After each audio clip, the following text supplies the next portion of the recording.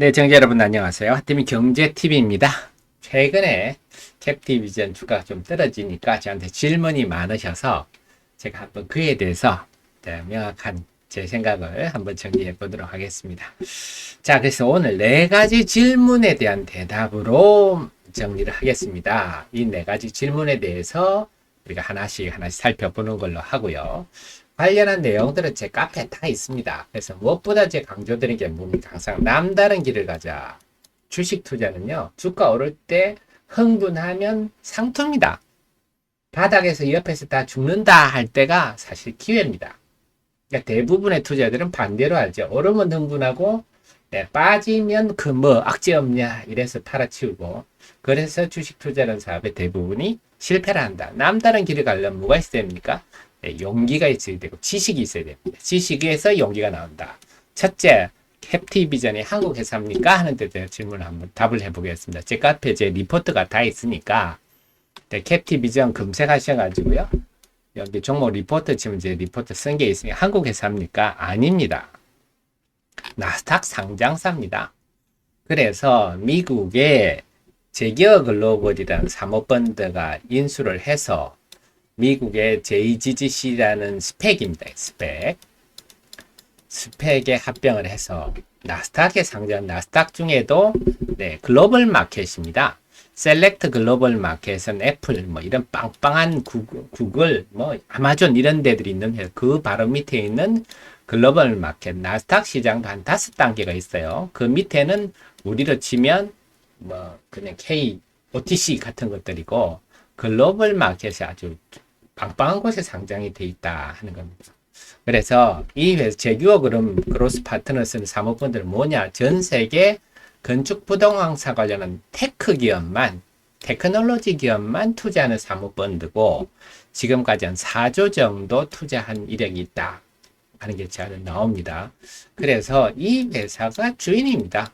이사회를 차지하고 기업은 결국 이사진을 누가 갖고 있느냐 하는 건데 이사진을 이쪽에서 차지하고 있다. 그래서 이사진들이 이게 게리 회장이고 그 외에 이 이사진들의 이력을 보면 매우 뛰어납니다. 그러니까 뭐 게리 회장 두고 그 다음에 마이클 벌먼 같은 경우는 전 세계 가장 큰 부동산 펀드 브룩필드 부동산의 자회사의 GGP 담당하고 있고 핫코프 이름이 좀 그렇습니다. 이것도 세계 최대 부동산 업체의 이사의 멤버고요. 다음에 제시카 루 같은 경우는 엔데버면 뭐 미국 우리로 지금 하이브에 해당하는 거죠. 여기 테일러 스위프트가 여기 있지 않습니까? 엔터테인먼트의 최고 파트너도 이 회사 이사고 그렇습니다. 그래서 이 회사는 한국 회사가 아니고 미국 사모펀드가 인수한 경영권을 가지고 있는 나스닥 상장사다.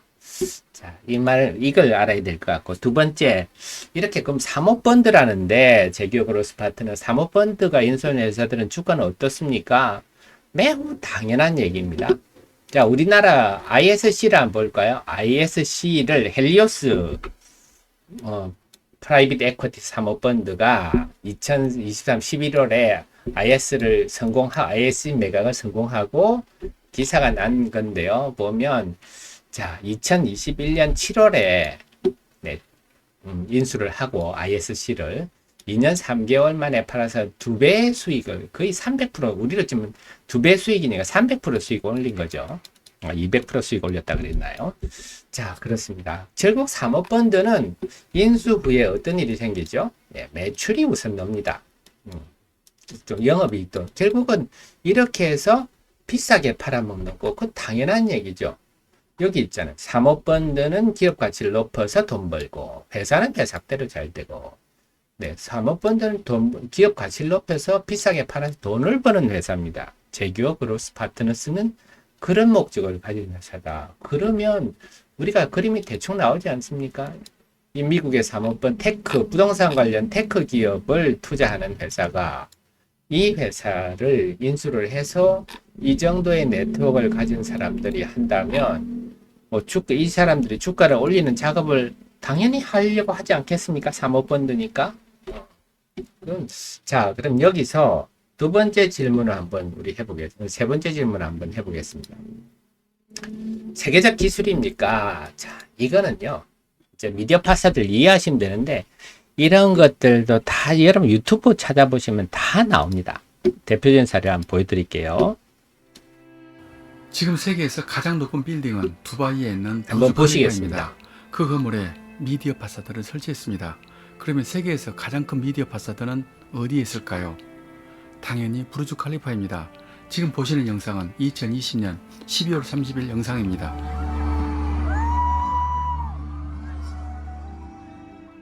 BTS 멤버 B의 생일을 축하하는 초대형 미디어 쇼가 무려 3분 동안 자, 펼쳐졌습니다. 이것도 벌어졌고요. 놀랄 만한 일입니다. 흔든 뿐만 것입니다. 아니라 우리 다음 영상입니다. 삼성 갤럭시 S9 플러스 출시 광고를 여기에서 처음 부르즈 했습니다. 할리파에서 갤럭시 광고도 했습니다. 기아도 했죠. 그리고 우리나라 기업 기아의 새 로고와 첫 전기차 EV6를 여기에서 처음 공개했습니다. 어쩌면 이것은 당연합니다. 글로벌을 지향하는 기업일수록 부르즈 칼리파 미디어 광고의 가치의 의미는 매우 크기 때문입니다. 그러면 이 광고 비용은 얼마나 들까요? 영상을 한번 올리는 최소 비용은 우리 돈으로 7,800만 원입니다. 자, 3분의 이 광고비가 7,800만 원입니다. 우리가 여러분 삼성동의 LED 전광판 그런 거 보셨지만 그런 거는 규모도 작고 후잡하죠. 그런 거는 우리한테 막 봐달라고 삼성동 가면 봐달라고 우리 눈을 자극하지만 부르즈 할리파는 뭡니까? 사람들이 찾아가서 보는 광고입니다. 분명히 당연히 이 해상도가 낮기 때문에 낮에는 안 보입니다. 해져야 나오는 건데 3분의 7,800만 원입니다. 자, 그 다음에 또 하나 볼까요? 그리고 요일과 시간에 따라서 금액 차이가 납니다. 하루 서울역입니다. 자, 이 우리나라에서 볼 수 서울역을 있는 게 마주하는 대표적인 건물, 게 여러분 옛날 서울역 그 앞에 빌딩이 오면 바로 네오빌딩, 서울스퀘어 서울스퀘어 빌딩이 이 나오는데요. 건물이 워낙 규모가 크고 이쪽에 가면 웅장해서 나오는데요. 사람들에게 유학 서울의 이미지를 만들어 보자는 것이 그 그래서 출발 동기입니다. 서울스퀘어에 그리고 설치된 거 건물 어떤 게 외벽으로 설치되는지 어떤 한번 이벤트도 보시겠습니다. 가능하고 시간이 지나도 지루하지 않는 방안을 찾았습니다. 그래서 선택한 것이 미디어 파사드입니다. 이 건물은 약 42,000개의 LED 도트를 설치했습니다. 더 세부적으로 말하면 창틀용 도트와 타일벽에 사용하는 도트 두 종류입니다. 좌측의 검은색이 창틀용 도트이고 자, 여기서 한번 보겠습니다. 창틀 안에 이런 전자기기가 들어있고 건물 바깥에는 이런 LED 전등을 붙였습니다. 아주 미개한 수준이죠. 자, 이런 게 바깥에 나가면 어떻게 되죠? 이 전자제품이 바깥에 노출되면 서울역 앞에 그 먼지와 매연과 비바람 치면 당연히 고장나. 이거는 매우 잦은 고장이 날 수밖에 없는. 자, 지금의 모든 미디어 파사드는 다 이런 식으로 되고 있습니다. 계속 한번 보시겠습니다. 우측이 타일벽에 사용하는 도트입니다. 이 도트들이 건물의 벽면에서 상하로 30cm, 자, 이것도 한번 보겠습니다. 51cm면요. 네, 51cm 간격이니까 얼마나 간격이 해상도가 떨어져 도트 수가 너무 작잖아요. 그러니까 할 수 있는 게 저 정도 해상도밖에 안 나오는 좌우로 거죠. 50cm 간격으로 설치된 1m 것입니다. 간격이기도 하고요. 여기서 나온 빛으로 영상을 만드는 것입니다. 이렇게 만드니까 이 정도밖에 뭐 나올 게 없잖아요. 이 도트에서 뭐가 대단하게 이 간격이 나오겠습니까? 더 촘촘하면 그러니까 더 섬세한 이 정도 해상도밖에 안 나오는 거죠. 이렇게 큰 건물이. 영상이 됩니다. 여러 작가들의 작품을 이곳에서 미디어 파사드 그 효과는 컸습니다. 효과는 그렇지 않아도 어떤지 유명한 보겠습니다. 건물이 이거는. 더 유명해졌습니다. 주변 건물이 15%가 비어있을 때도 서울스퀘어는 자, 주변 건물이 이렇게 공실률이 있을 때 여기는 공실률이 없다. 공실률이 없다는 것은 뭡니까? 네, 건물의 가격이 올라간다는 거죠. 비어있는 방이 거의 없습니다. 또 임대료 비싼 순서로도 서울시에서 8 보십시오. 임대료 비싼 게 서울시내 8번째, 서울시내 앞에 7번째는요, 다 새 건물입니다. 이렇게 1980년대에 지어진 노후화된 건물이 임대료가 8번째다. 놀라운 일인데요. 그거는 이런 차별화, 랜드마크화함에 따라서 여기에서 당연히 그 건물 다 알죠. 그렇게 해서 랜드마크함에 따라서 임대료가 올라가고 또 공실률이 줄어 건물 가치가 올라갑니다. 결국 미디어 파사드를 빌딩에 하는 거는요. 빌딩의 가치를 인위적으로 올리는 소재다. 자, 이게 미디어 파사드인데 아까 보셨지만 아주 후잡한 사실 기술은 아닙니까? 그러면 지글라스는 어떤가 하는 것들은 여러분도 그 유튜브 들어가 보시면 다 나옵니다. 캡티비전 치면요. 요즘은 다 나옵니다. 자, 캡티비전 뭘 하나 볼까요? 이걸 한번 볼까요? 구조를 한번. 미국에서 그때 잘했죠. 자, 보시겠지만, 요게 미세하게, 요게 LED 도트가 유리 사이에 이렇게 실장이 되어 있어요. 그러니까 이게 LED가 외부에 노출이 안 되니까, 비바람이 쳐도 천둥번개가 치고 매연이 있고 먼지가 들어도 아무 문제가 없어요. 그래서 내구성이 유리의 수명 정도의 내구성, 유리는 한 40년 가죠. 내구성이 탁월합니다. 그리고 코딱지만 하니까 안 보이고 투명성이 100% 유지됩니다. 만약에 여기에다가 LED 아까처럼 LED 바를 짝대기를 설치를 했으면 창살 감옥 같겠죠. 그렇습니다.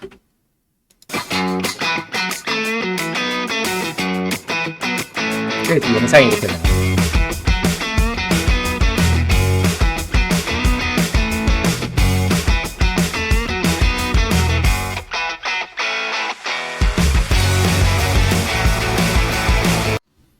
자, 차이를 아셨죠?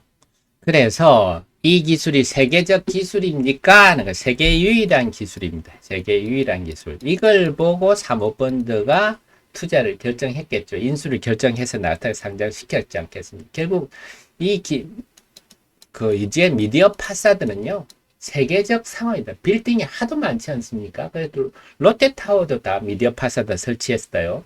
그런데 그 지금의 기존의 구닥다리들은 가장 큰 문제가 내구성이 문제입니다. 금방 한 1, 2년, 2, 3년 치면 금방 고장이 나거든요. 그런데 이 기술은 내구성도 탁월하고 유리 건물의 투명성을 100% 해서 만약에 부르즈 할리파에 이거 설치했으면요, 아까처럼 그렇게 짝대기로 나오는 게 아니라 월드컵 경기도 중계할 수가 있습니다. 세계적 기술입니다. 그럼 마지막으로 주가 수준에 어떻게 생각합니까? 했는데요. 자, 저는 그런 질문 하고 싶어요. 만약에 이 회사가 우리나라 상장된 회사입니다. 이 회사 지금 한 2,800만 주 정도 되거든요. 자, 지금 주가가 어떻습니까? 최근에 주가가 빠져서, 주가는 빠져서 주가 4,300원 정도 하는데요. 만약에 우리나라 상장사가 미국의 사모펀드가 인수를 해서 이 회사를 키워보겠다 하는데 주가가 지금 4,300원에 있겠어요? 객관적으로 볼 때. 자, 두 번째는요. 자, 지금 2,800만 주니까 시가총액으로 지금 발행한 주식은 2,800만 주 정도 되는데, 그럼 시가총액이 한 1,200억 됩니다. 자, 미국이라는 시장, 나스닥 상장사잖아요. 미국이라는 시장은 엔비디아가 시총 3조 달러인데 우리나라 전체의 시가총액을 합친 것보다 엔비디아 한 종목이 더 큽니다. 엄청난 시장이죠, 규모. 그래서 그냥 공 하나 떼야 됩니다. 우리로 치면 한 120억짜리예요. 우리나라 치면 시가총액 한 120억짜리입니다. 그러면 나스닥의 미국의 사모펀드가 테크 관련, 건축 관련 테크에 전문으로 투자 사모펀드가 기업 가치를 올려서 하겠다는 회사의 시가총액이 120억이다. 이게 말이 되겠습니까? 충분히 위에 업사이드 될 수가 있는 거죠. 자, 그래서 제가 드리는 말씀입니다. 이렇게 기업에 대해서 공부를 하면 합리적인 결과가 합리적 판단을 할 수가 있습니다. 그런데 그렇지 않고 기업 내용도 모르고 미디어 파사도 모르고 오로지 눈으로 차트만 보고 있는 사람들은 당연히 최근에 보니까 제 자료 등을 이용해서 좀 레버리지를 일으켜서 이렇게 매매하신 분들이 있는 것 같아요. 그래서 이게 반대 매매가 나왔다 이런 후문을 듣고 있는데 저한테는 참 불쾌한 얘기죠. 기업 내용도 공부도 하지 않으면서 그것도 레버리지를 일으켜서 이게 거래량이 지금 많지 않잖아요. 그러니까 한두 사람이 반대 매매 나면 주가에게 쭉 밀리는 현상이 생기는데 굉장히 개탄스럽죠. 제 입장에서 안타깝죠. 그런데 또 다행스러운 거는 그렇게 기업 내용을 모르면서 주식 투자해서 돈을 번다. 그럼 뭐 주식시장에 재벌 천재 아니겠습니까? 그런 사람분들이 안타깝죠. 그분들한테는 안타깝지만 이번에 이래 떨어져 나갔다 하는 거는 참 어떻게 보면 다행스러운 일입니다. 그래서 결론적으로 뭐냐. 첫째, 제가 드린 내용들이 합리적이지 않으시다고 생각한다면 이런 주식 근처 안 가시면 됩니다. 있는 것도 파시면 되고요. 근데 공부를 하시고 미디어 파사들 공부를 하시고 소재들 공부하고 자료들을 공부한 다음에 합리적이라 판단이 되면 이거는 매집을 해야 되죠. 오히려 좋은 매수 찬스죠. 그래서 제가 예전에도 그런 말씀 드렸지 않습니까? 예전에도 제 카페 자료들 보면 또 주식 기업은 또 늘 변하는 거니까요. 변하니까 그에 맞춰서 대응은 해야 되겠지만 예전에 제가 유튜브에 작년 11월에 엔캠 중앙첨단 소재 제가 탐방을 많이 가서 이때 엔캠하고 엔캠도 마찬가지죠. 엔캠 같은 경우도 작년 11월에 여기 탐방 영상을 만들어서 많이 올렸습니다. 제 카페 자료도 많습니다. 제 카페 들어오시면요. 뭐 예를 들어서 엔캠이다. 업종 테마 분석 보시면 되겠네요. 자, 업종 테마 분석 같으면 작년 10월, 11월에 한창 주가가 약할 때 시중에서 지식이 부족한 사람들이 막 떠들어가지고 제대로 해주려고 이 자료를 작년 10월에 분석해 드렸어요. 이때 주가가요, 엔캠 주가 4만원 깨지고 막 난리, 막 악재 없냐 하고 맨날 그럴 얘기입니다. 근데 저 같은 사람들은 이런 지식이 있으니까 이 객관적 데이터거든요. 이 지식이 있으면 이거 저는 입맛을 다시죠. 왜? 우리는 지식이 있으면 남다른 길을 갈 수가 있습니다. 남 따라 장에 가지 않습니다. 그러니까 작년 10월 이때는 언제입니까? 이때네요. 이때. 제가 회사 탐방도 했었죠. 11회 탐방 영상 돌렸는데 대부분의 사람들은 언제 떠들? 이때 떠들죠. 와, 막 지금 떠듭니다. 저는 이때는 얘기 안 합니다. 남 따라 제가 얘기하면 중요한 거는 우리가 주가가 빠졌을 때 악재가 없냐 이런 질문 하시는 분은 주식 투자에서 실패할 확률이 95% 이상이다 생각하시면 됩니다. 주가가 떨어질 때는 오히려 이게 기회 아니냐? 야, 이 회사 뭐 하는 회사야? 내용을 따져보고 야, 이거 이러면 한번 해볼 만한데 라고 합리적 판단이 든다면 오히려 이제 매집을 해야죠.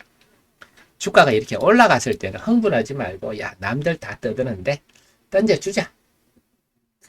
그래서 주식 투자는 남다른 길을 갈 수 있는 용기가 있어야 되고 그 용기는 지식에서 나옵니다. 눈으로 차트 보고 투자해서 돈 벌 수 있다면 주식 투자의 시장에 재벌 천지입니다. 눈으로 하면요 현혹되고 마음이 흔들립니다. 이성을 마비시킵니다. 우리는 지식으로 투자를 한다. 그래서 오히려 주가가 떨어질 때 더 공부를 하고 물론 그 공부 내용이 합리적인 판단이 들어야 됩니다. 이 공부를 주가 떨다 아니다 싶으면 뭐 근처 안 가면 되는 거죠.